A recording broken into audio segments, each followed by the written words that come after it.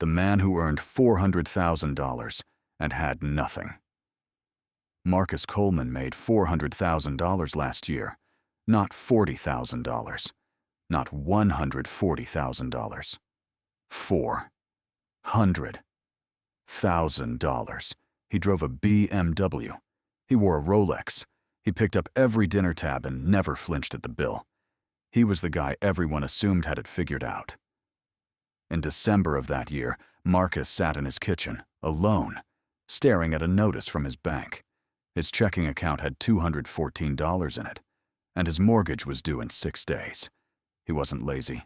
He wasn't reckless. He wasn't a gambler. He was a senior VP at one of the fastest-growing tech companies in Austin, Texas. So what happened? The invisible leak. Here's what nobody tells you about making good money in America.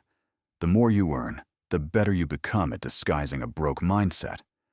The habits that drain high earners aren't loud. They don't look like problems. They look like success. They feel like rewards. And that's exactly what makes them so dangerous. Marcus wasn't losing money to bad investments or overspending on obvious luxuries. He was losing money to 3 habits so quiet, so normalized, so deeply woven into what it means to make it in this country, that most people never even recognize them as problems. And here's the thing that should scare you. If you earn good money, there is a very high chance at least one of these habits is quietly bleeding your future dry right now. Let's go back to Marcus. Let's follow his year, and let's find the 3 silent killers hiding inside it. 3 habits, 1 year, 0 savings. Habit 1, lifestyle inflation on autopilot January. Marcus gets a $60,000 raise. That same month, he upgrades his apartment. His rent goes from $2,200 to $3,800. He tells himself it's temporary, just until he settles into the new role. 2 months later, he buys a new car because his old one didn't feel right for someone at his level. The car payment is $1,100 a month. He didn't think of it as spending more. He thought of it as living correctly, finally catching up to who he was becoming. But every single dollar of that raise, and then some, vanished before he could ever save it. This is lifestyle inflation. And unlike a bad purchase you can return, lifestyle inflation is permanent. Your fixed expenses rise with your income, and the gap you meant to save never opens up. What makes it silent? You feel like you're winning. Every upgrade feels like proof of progress. Nobody warns you that you just created a ceiling for your own wealth. Habit 2. Status spending as a professional tool march. Marcus is now hosting client dinners twice a week. The dinners are real. Business is real. But the restaurant he picks is always the most expensive one. He picks up tabs that aren't his to pick up. He buys bottles of wine that weren't requested. He flies business class on trips where economy was budgeted. Why? Because somewhere along the way, Marcus learned that in corporate America, appearance is currency, and he spent that currency like it had no limit. This is status spending, money deployed not for joy, not for function, but for the impression it creates in other people's minds. It's seductive because it's often partially justified. Clients do notice. Perception does matter. But the line between strategic investment and ego-driven bleeding is razor thin, and Marcus had long since crossed it. Habit 3. Deferred financial decisions. Marcus has been meaning to set up a proper financial plan for 2 years. He has no emergency fund, just the mental comfort of knowing he earns enough to handle most things. His 401k contributions are at the default 3% from when he was hired at 27, never updated. He has stock options from his company he doesn't fully understand and has never had reviewed.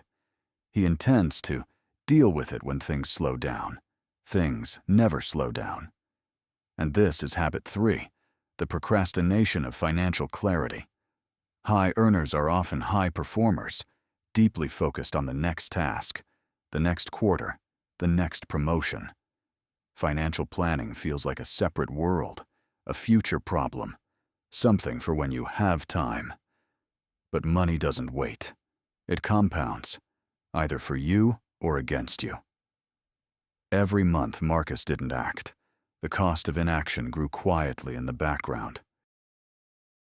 December. The night. Everything clicked back to that kitchen. December. $214 in the account. Mortgage due in 6 days. Marcus calls his older brother, the one who makes $85,000 a year as an electrician in Ohio. The one who always seemed to be doing okay without the titles, the company car, or the Rolex. And his brother picks up and says something Marcus never forgot. "Marcus, I've been watching you earn 5 times what I make, and every time I talk to you, you're stressed about money. I figured out something a few years ago. Rich is what people see. Wealthy is what you build when nobody's looking." Marcus sat with that for a long time. He pulled up his bank statements, all 12 months. And for the first time, he didn't look at the income line. He looked at where every dollar went. And the 3 habits stared back at him so clearly, so obviously. He felt embarrassed he had never seen them before. His lifestyle had expanded to swallow every raise. His need to perform success had cost him tens of thousands in unnecessary spending. And every month he delayed making a financial plan was a month. His money sat idle, working for no one. He made 3 phone calls the next morning, one to a financial advisor, one to his landlord to ask about downsizing, and one to his brother to say thank you. The twist nobody expects. Here's the twist. Marcus's story isn't rare. It's the default story of high earners in America. Studies consistently show that a shocking percentage of 6-figure earners live paycheck to paycheck, not because they're irresponsible, but because they were never taught that income and wealth are 2 completely different things. Income is what hits your account. Wealth is what stays. The 3 silent habits that kept Marcus broke aren't character flaws. They're cultural defaults. America sells you the idea that earning more means you've arrived. But arriving and building are completely different journeys. So here's what Marcus learned, and what I want you to carry out of this video. 1. Every raise is a decision point, not a permission slip. Before lifestyle inflates, savings inflate first. 2. Status is rented. Wealth is owned. Stop paying rent on an image that doesn't pay you back. 3. Deferred financial clarity is a compounding cost. The best time to get your money organized was last year. The second best time is today. Marcus, by the way. 2 years later, same income. He had a 6-month emergency fund, maxed his 401k, and liquidated his stock options smartly.